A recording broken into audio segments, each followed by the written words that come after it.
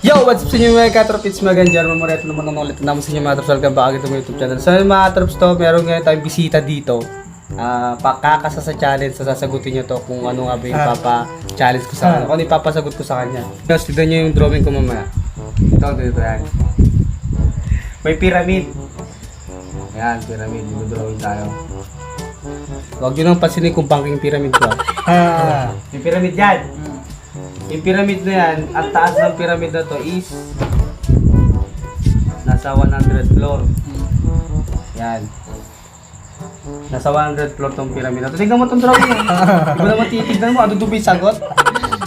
Nasa 100 floor tong taas nito. Building. Ngayon, sa may taas ng pyramid na to, may... Yan. Huwag nyo na pansinin yung drawing ko, katrops ha. May tandang. Uy, tignan mo kasi ito. May tandang sa may taas ng pyramid. Ano yan? Kabayo? Wala kasi yung basta tandang yan, manok yan. Ngayon yung manok na yan, yung tandang ng manok ng itlog yan, nalaglag yung itlog niya sa baba.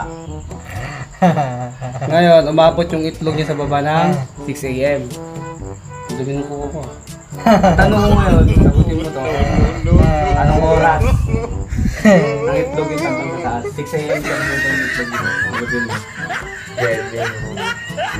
Diskarte mo yung paano mo gagawin. Basta sagutin mo yan. Alas 6 nalaglag yung itlog yung tandang sa taas sa pyramid, 100 floor yung taas niya. Kung nalaglag na yung itlog, anong oras ng itlog yung tandang sa taas? Ang sagot mo 5 AM? 5 PM? Katagal na mataas yun eh. Mataas? 100 floor yung taas nung pyramid. 6 AM na bagsak yung yung itlog ng tandang sa taas. Alas 5 ng hapon ng itlog sa taas, bilangin mo nga. 1, 2, 3, 4, 5. Huwag mong bibilangin ng itlog, ako nagsulat yan eh. Sabi ko, di ba, alas 6 siya ng itlog. Alas 5. Ay, alas 6 nalaglag. Alas 6 nalaglag yung itlog. Sabi mo, alas 5 siya ng itlog sa taas. Katagal naman bago nalaglag. Katagal naman. Ilang oras yung bilangin mo nga? 6, 7. Bilangin mo ha.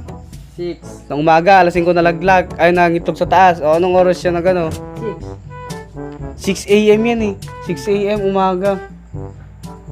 Anong oras siya nang itlog? 6 PM. Puchang niya. Halos 24 hours bago siya nang itlog. Maniniwala pa ako pag 5 AM yun. Pero 6 PM, kalalaan naman na yan. Sure ka na yan, 5 PM. Wala ka naman binigay na Na oras. Kung sa basta i-discard mo Kaya ang na. balak ko nga dito, etong tandang naghintay na lang ng itlog dito sa baba. Sinapon niya na lang yung itlog. Anong sagot mo? Sabi mo, hinintay na sana yung tandang yung itlog sa baba. Nasa taas nga siya nung nasa taas na siya, hindi niya ina-expect na mangingitlog na siya. Ngayon, napaitlog siya, walang pag-stay ng itlog doon, nalaglag yung itlog. Alas 6 ng umaga dumating, nalaglag yung itlog. At tanong ko sa'yo, anong oras siya ng itlog sa taas? Yung taas ng pyramid, 100 floor na building yung taas niya. Ngayon din. 100 oras? Tagal na 100 kilometers per hour. May per hour pa. So, hindi mo masasagot kung anong oras yung nangitlog yung tandang sa taas? Kaya ko to after 1 year. Tangin na naman kasi. Ano nga ang oras? Tanong ko lang sa'yo, anong oras nangitlog yung tandang sa taas? Alas 6 na baksak yung itlog sa baba. Subukan mo kaya mag-plus ako mag-times dyan. Ano to? Alas 6 na bumagsak yung itlog. Umaga? Oo, umaga na.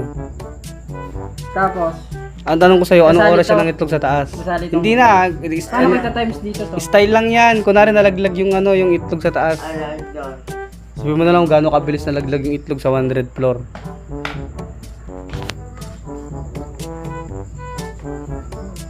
100 seconds? 100 seconds, edi nangitlog siya ng alas 5 Kasi ganun.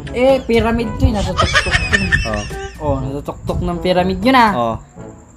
Putang ina naman. Ano? Dapat, wala naman siya paglalagyan, talaga malalaglag yun. Malalaglag. Tanong Ngayon, ko sa'yo, anong siyempre, oras? simple naman na hindi niya babalikan, hindi niya sasaluhin yan. Hindi nga, wala nang pakialam tandang dyan. Ikaw ang tatanong ko, anong oras siya nangitlog sa taas? Yan. Kung alas 6 nalaglag yung itlog niya, anong oras siya nangitlog sa taas yung tandang? 1. Alam mo na lang. Umaga. Alam mo na umaga? Mm. Alas 6. Hindi halos 5 oras na laglag yung itlog. Katagal naman. Ay, sabi mo, 100 ano yun. 100 floor. Sige, pwede. Sure ka na ba sa sagot mo? Sige, ang tanong ko na lang sa'yo para malinawan ka mabuti. Ano ba ang tandang na manok?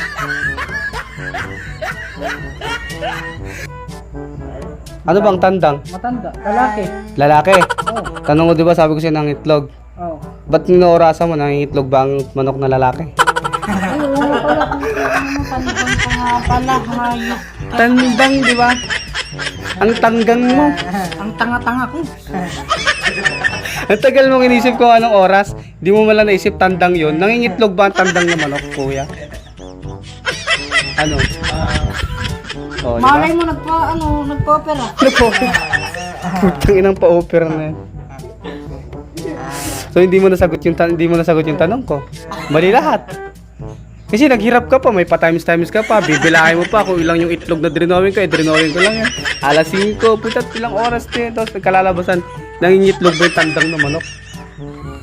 Hindi, di ba? Meron tandang na babae ba? Wala!